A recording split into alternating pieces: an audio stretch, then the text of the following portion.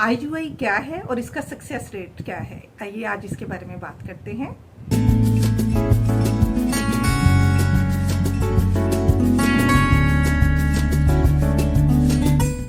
अस्सलाम वालेकुम, this is doctor Sameena Taufiq from health with doctor Sameena Taufiq YouTube channel. आज हम बात कर रहे हैं आईयूआई के बारे में।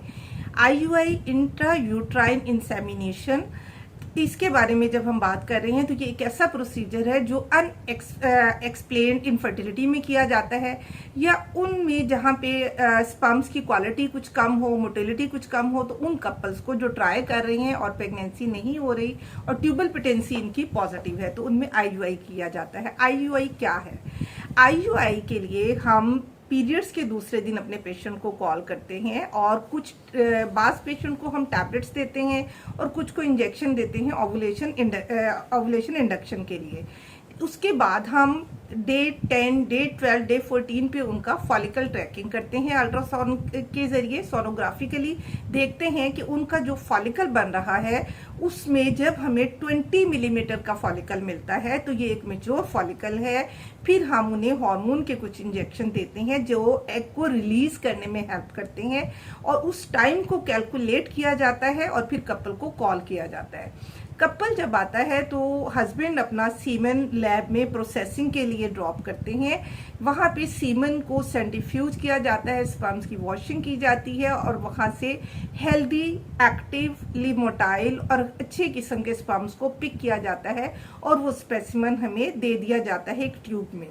उसके बाद फीमेल को थिएटर में हम ले जाकर विदाउट एनी एनेस्थीसिया, ये कोई पेनफुल तरीका नहीं है, हम एक सॉफ्ट कैथेटर के जरिए ये जो हमें सीमन का सैंपल लैब से रिसीव होता है हम यूट्रस में डाल देते हैं। यूट्रस के अंदर हम इसे कैथेटर के जरिए अंदर डाल देते हैं।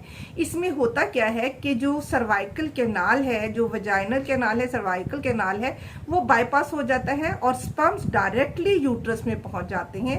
एट दैट टाइम जब एग रिलीज हो रहा होता है, मैच्योर एग होता है, तो ये स्पर्म्स जाकर एग से मिलते हैं, फर्टिलाइजेशन का अमल होता है और प्रेगनेंसी होने के चांसेस बेहतर हो जाते हैं।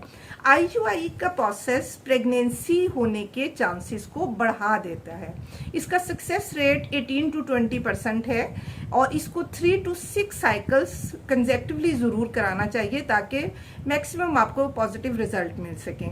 जहां अनएक्सप्लेन्ड इनफर्टिलिटी होती है या फिर कुछ ऐसे कपल्स हैं जो मुसलसल ट्राई कर रहे हैं और नहीं हो रही, या सर्वाइकल एंटीबॉडीज पॉजिटिव आ जाती हैं, तो सर्विस को बाईपास करने के लिए भी आईयूआई कर दिया जाता है।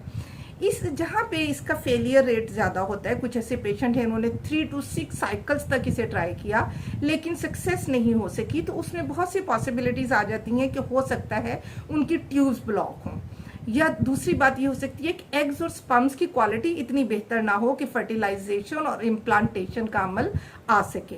तो उस सूरत में जो सेकंड ऑप्शन रह जाती है वो आईवीएफ या इक्सी की होती है।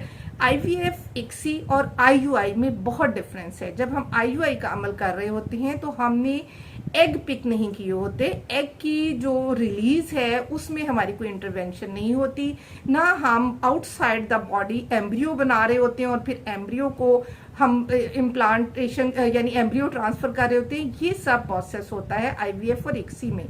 आईयूआई सिंपल एक टेक्निक है, इसमें कोई पेन नहीं होती, कोई एनेस्थीसिया देना नहीं पड़ता, ये बहुत एक्सपेंसिव भी नहीं है।